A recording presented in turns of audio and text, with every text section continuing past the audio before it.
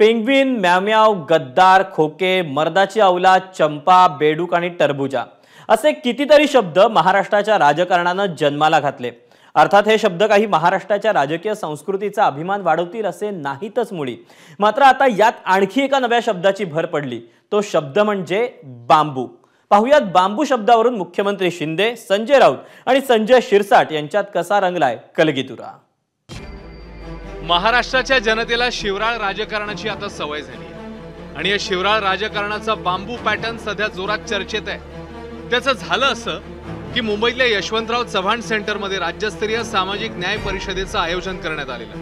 भाषणासाठी मुख्यमंत्री एकनाथ शिंदे उभे राहिले।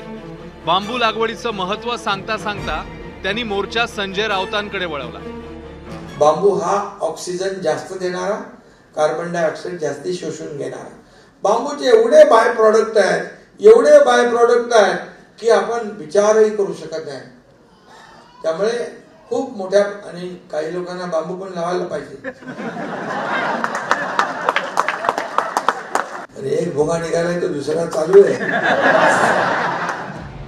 शिंदेंच्या या टीकेवर गप्प बसतील तर ते संजय राऊत कसले। बांबू खरं म्हणजे लोकसभा निवडणुकीत त्यांचा लागलेला आहे। लोकसभा निवडणुकीमध्ये त्यांच्या महायुतीला आम्ही सगळ्यांनी मिळून जो बांबू घातलेला आहे तो बांबू अजून निघालेला नाही आहे। तो काढण्याचे ते प्रयत्न करतायत।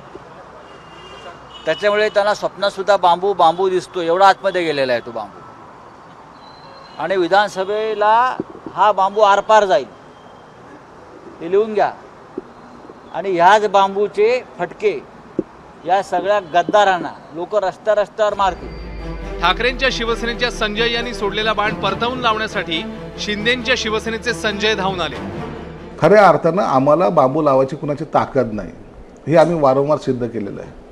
म्हणून खऱ्या अर्थानं काँग्रेसने आणि राष्ट्रवादी शरद पवारांच्या पक्षाने या उबाठा गटाला लावलेला मोठा बांबू आहे आणि त्या बांबूचा त्रास यांना होत असल्यामुळं आता हे आरडत फिरतायत, बोंबलत फिरतायत, परंतु तो बांबू आता यांचा जो लावलाय तो कधी निघणार नाही असं एकंदरीत चिन्ह आहे। महाराष्ट्राला विकासाची गुढी उभारणारा बांबू हवाय, मात्र एकमेकांना राजकीय बांबू लावण्यात व्यस्त असलेल्या नेत्यांना हे कधी कळणार आहे। ब्युरो रिपोर्ट, एबीपी माझा, मुंबई।